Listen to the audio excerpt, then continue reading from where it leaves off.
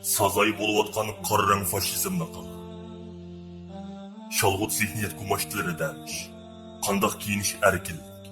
Аясызчы киініш мо, аялықчы киініш мо бір әркелік.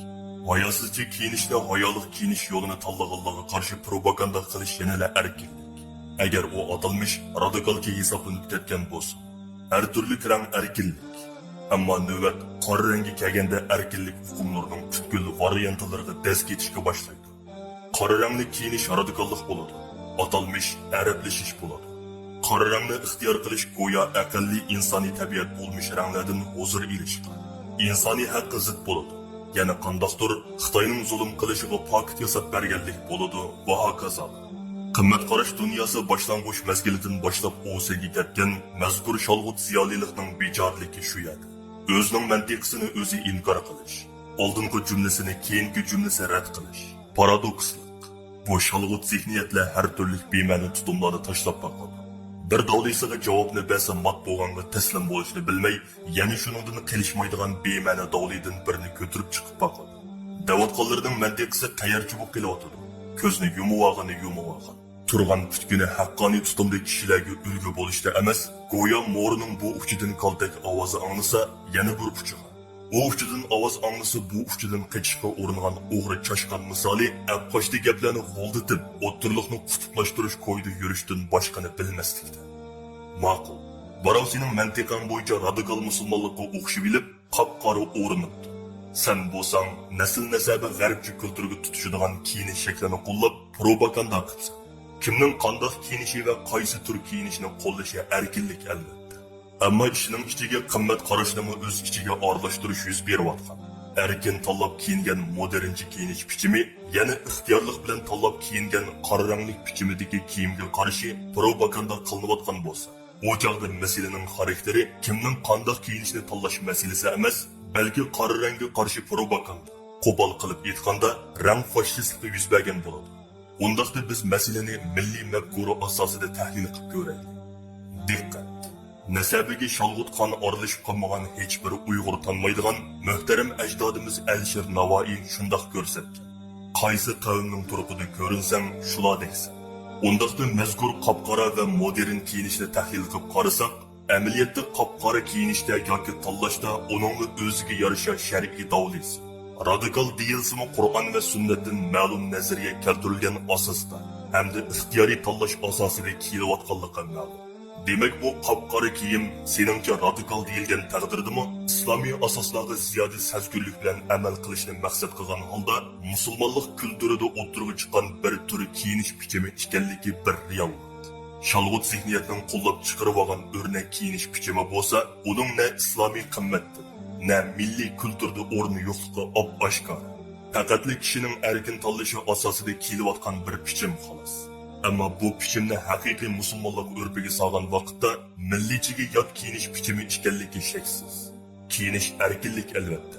Lekin natija e'tibori bilan qaraganda kiyinish bichimining asosi g'arb modernizm ijod qilgan import kulturining mahsulidir. Lekin buni o'zimizning milliy yoki an'anaviy tarosiga solgan vaqtda ikkisidan qaysi afzal? Aniqki, radikal bo'lsa-mu, qop-qora rangli shar'iy asosi bor bo'lgan kiyinish bichimi axloqiy qimmatga taqashmagan ahvolda har vaqt kufr madaniyatidan import qilib akirgan kiyinish bichimidan afzal. Ammo islomiy kiyinish o'lchamlari ichida radikallik nisbatan afzal emas, balki o'tirxonlik afzal. Islomiy va g'ayri islomiy orasida bo'lsa, u chog'da afzallik nuqtasi yana boshqa. Bu chog'da islomiy bo'lgan har qachon islomiy kategoriyada bo'lmagandan har qachon afzal. Undaqda afzallik qayerdan belgilanadi? Albatta sening yoki mening o'lchimim bilan emas. Yanada mushu millatning an'anaviy qimmat qarashini belgilaydigan dasturlar belgilaydi. Qur'oni Karim ana shu dasturlik sifati bilan ta'lim beradiki, bir mu'min qul mushrik o'rdan afzal. Ya'ni iymoniy qimmat har vaqt moddiy ortiqchilik va ijtimoiy imtiyozlardan ustun. Ya'ni g'ayri islomiy bo'lgandan islomiy bo'lgan har vaqt afzal. Demak, bu nuqtada g'arbchi import kulturdan ilib kelgan kiyinish bichimidan musulmoncha radikal kiyinish afzal deyishga bo'ladi. Chunki iymoniy qimmat qo'shilganda afzallik iymon egisi tarafda turadi. Inson bo'lish sifati bilan jami mavjudotdan hurmatli. Bu nuqtada kishi qaysi dinga mansub bo'lib kelsin, o'xshashli mahluqotlar orasida mukarram va sharafli martabasida har qanday odam bolasi bor. Lekin o'xshash bir xil barobarlikda yaratilgan bu inson iymon ne'matini qozonish orqali darajasi o'sib boradi. Ya'ni mukarram qilingan insonning Alloh nazaridagi afzallik darajasi iymon ahli tarafda bo'ladi. Ondaqda musulmoncha qimmat qarashni tanlab kiyinish, g'arbcha qimmat qarashni tanlab kiyinishdan Alloh nazarida albatta afzal. Shundaqla musulmoncha radikal kiyinish, kufurcha kiyinishdan afzal. Chunki Navoiy aytgandek, qaysi qavmning turqida ko'rinsang, shulardeksan. Ya'ni radikalcha bo'lsa-mu, musulmonlik kulturi ichida bo'lsang, shulardan hisoblanasan. Boshqa qavmning qimmatlarini tanlab, ularcha ko'rinsang, shulardek tursan. Yana bir nuqtadan kuzatgan vaqtda kunimizdagi radikallik hukmi ham mujmal, ham da nisbiy bir hukm. Mening nazarimdagi radikallik hisoblangan yana birov uchun o'tirxonlik bo'lishi. Birovning idealligi mening nazarimda yoki sizning nazaringizda radikal hisoblanishi mumkin. U hech qachon qimmat qarashni belgilaydigan o'lcham mezon emas. Bir yurtning odatida ma'lum ish yoki tutum radikal sanalsa, yana bir yurtda fazilat sanalishi mumkin. Lekin iymon va kufr o'rtasidagi afzallik darajasi buningga o'xshamaydi. Buning daraja farqi nisbiy bo'lmasdan, haqiqat va botillik ayrimisiga o'xshash, sizdimi, meningdimi, uningdimi o'lcham o'xshash. Shunga radikallik nisbiy narsa, ammo kufr va iymon farqidagi afzallik nisbiy narsa emas. Demak, bu jihatdanmi musulmoncha radikal kiyinish bichimi kufrcha har turli kiyinish bichimidan afzal. Bu agar o'zimizning milliy qimmat tarosida tortganimizda shundoq. Yot millat, yot madaniyat tarosidimi masala yanada o'xshash. Ularda qanday kiyinish moda, ya'ni bizning tilimizda afzal olqishlanadigan hisoblansa, bumi ularning qimmat o'lchami bo'yicha hurmat qilinadi. Ammo bizning uni olqishlash majburiyatimiz bo'lmaydi. O'duqish yoki xuduksirash texmo kerak emas. Siz hurmat qilganga qarshilik ulardan hurmat tuyg'usi bo'lmasa, bu ularning chatidir. Sizning qimmat o'lchamingizdagi emas. Navoda siz shularning ko'z qarashini menimsab turib, yana bir yoqdan Uyg'ur qimmat qarashi asosida bo'lishni yoqlayotgan bo'lsangiz, ya'ni siz ikki qiyiqqa tang dastlab turib, yuqorqidek mantiqsizliklarni sodir qilayotgan bo'lsangiz, demak, siz Alloh burun chatroqdan ketib qolgan. Her ishga qo'piyi bo'g'ilib so'rilib yotgan, shalg'ut zihniyatning qamolligi ostida tebirlab yashayotgan bechorning naq o'zi bo'lgan bo'lasiz. Qavmdoshlaringiz va ularning tanlashlaridan beorom yashayotganligingizning sababimi shuningdan kelib chiqqanligi ma'lum bo'ldi. Yo'q, undaq emas bo'lsangiz, u chog'da siz musulmoncha radikal kiyinishni tuzashning yo'lining g'arbcha kiyinish bichimiga selishtirib propaganda qilish emasligi. Birini cho'kirib, yana birini ko'ptirishning texmo emasligini bilishingiz kerak. Chunki bundaq bir kiyinishning shakllanishi din va qimmat qarashdan bo'lgan ekan, onunga qarshi fikrmi, islohot yo'limi yanada dinning o'tirxil metodi bo'yicha bo'lishi lozim keladi. Saviyangiz layoqatga ega bo'lib qarshi tarafni qoyil qila olsangiz muvaffaqiyatimiz. Qabul qilmasa, salg'onni zo'rlab kiygizish haqqingiz bo'lmagandek, kiyganni besim atmosferasi yaratib yoki pipan qilib yurib, salg'izish haqqingiz bo'lmaydi. Shuningdek, bu xil kiyinishning bugungi pasulliq shaklda maydonga kelishi orqasida an'anaviy diniy ma'orifimizning ashu mal'un Xitoylar qo'lida bechit qilishi bog'liq. Yurtlardagi diniy an'ana, sog'lom diniy ilmni yeyib kelgan peshqadamlarni bostirib, o'rniga sirtdan kirgan har turli yovi iqimlarga yeshil chiroq yoqish. Maxsus tablig'chi mollamlarni Xitoy shaharlaridagi g'ayri-rasmiy maktab kurslarida tarbiyalab, yurt-yurtlarga da'vat qilishda g'ayri-rasmiy shaklda tashkillab, har turli kurs maktablarni oshqozib, islomiy ma'rifatga intizor sop dillik yigit-qizlarni turkumlab radikallik yo'liga boshladi. Chet elni cho'ng bilish psixikasidan foydalanib, choyxona to'rlarida necha yuzlab, minglab kishilarning tabligh ishlarini bir qo'lliq yurishtirish va nazoratchiligini ilib borgan Xitoyning o'zidan ko'rish kerakligini unutib qolmaslik kerak. Agar biror muxbir bilib bilmay yoki qasddan sizda qora kiyim kiygan, qora niqobni chumbal qilgan qarindoshlaringizni pipan qilishingizni tamlab, orada g'avg'o paydo qilib, qutblashtirib, zehn isrof qilish ehtiyojingizni ta'minlaydigan xabar ishlab sizga yalpagan bo'lsa, xalqning bergan yiliga Xitoyning chog'inida tashkillik etiladigan po'jangzidek etilib, ko'pib tashviqot sahifalarini boshqa kiymasdan, buning Uyg'ur jamiyatida intayin oz salmoqni egallaydigan hodisa bo'lib kelganligi. Sharq Turkistonda yillardan Xitoycha kiyinish posoni majburiy tengilgan millionlarcha qiz ayollarning borligi. chet eldimi bundaq kiyinishni tanlaganlarning chet eldagi umum Uyg'urga nisbatan daryodagi tomchi hisoblanadiganlar. Xitoycha har turli majburlashlardi. Zo'rg'a modernlashtirish projelaridan omon qilib yashayotgan chet eldagi 90% xonim-qizlarning allburun modernlashish bugungi zamonaviy dunyoda yer sharlashgan jamiyatning zamonaviy kandidat a'zolariga o'yinib bo'lganligi. Xitoyni o'ch ko'rgan bilan kiyinishi allaqachon g'arblashib bo'lganligi.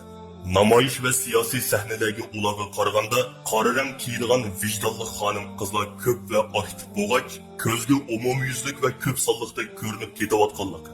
Shu vajdan bundaq bir ikki parcha rasm bilan Xitoyning tuhmatlarini kuchlantiradigan xabar ishlashning ashu muxbir uchun kasbiy axloqqa zid ekanligini tushuntirib qo'yish kerakligi qatorliqlar haqida bosh qotirsangiz, shuning o'zi kifoya emas.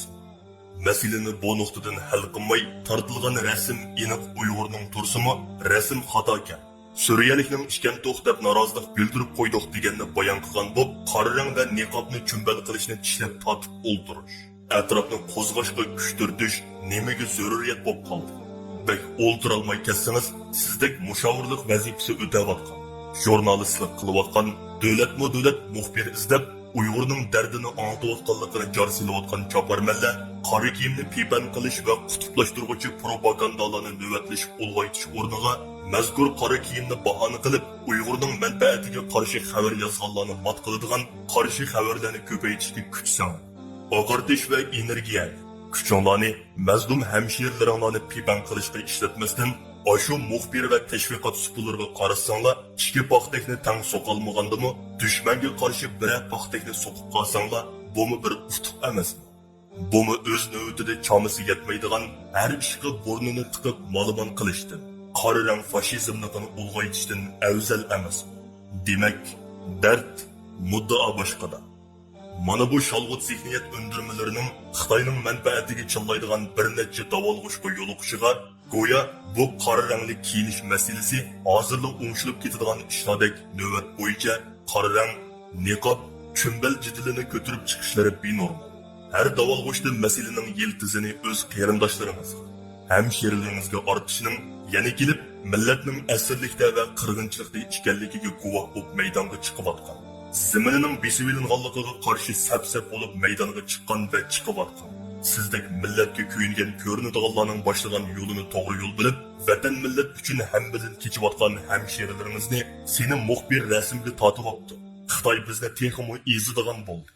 Bizni terrorchi ko'rsatib qo'ydi.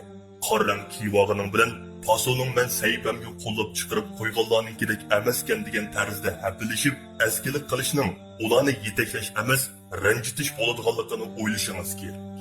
Agar siz bunda g'avg'ochilik orqali ko'plagan yalangboshliqlar jur'at qilolmagan, Xitoyga qarshi sahnalarda mardlarcha maydonda turgan hamshirlaringizni rasmga qop-qora niqob bilan chiqib, Xitoyning Uyg'urlarni ezishiga bahona tapbadim degandek Xitoycha ushshuqliq usullarini qo'llanishdi. Ularni ijtimoiy sahifalarda pipan ubishti qilib, hurmatini to'kishdi. Ularni ranjitishdan Abdek yüzünüz uyalmagan bo'lsa, u chog'da bu sizning yo divanlik kesiliga giribdor bo'lishga boshlaganligingiz yoki bo'lmasa qitug'urliq atirdining peshqadam mushoviri bo'lish salohiyatingiz va uning qanot quyruqlari bo'lish suhbatingiz bilan parda orqasida birlarining bergan yiliga ko'p berayotganligingiz. O'yin ichiga o'yin tartiblashga mabdulligingizni tushundirdi. Gap shu. Salohiyatingiz va saviyangiz yetmaydi. Chamingiz osqo'da esilib qoladigan sohaga orlashib, o'zingizning boshqalarning zihnini behuda mashg'ul qilmang.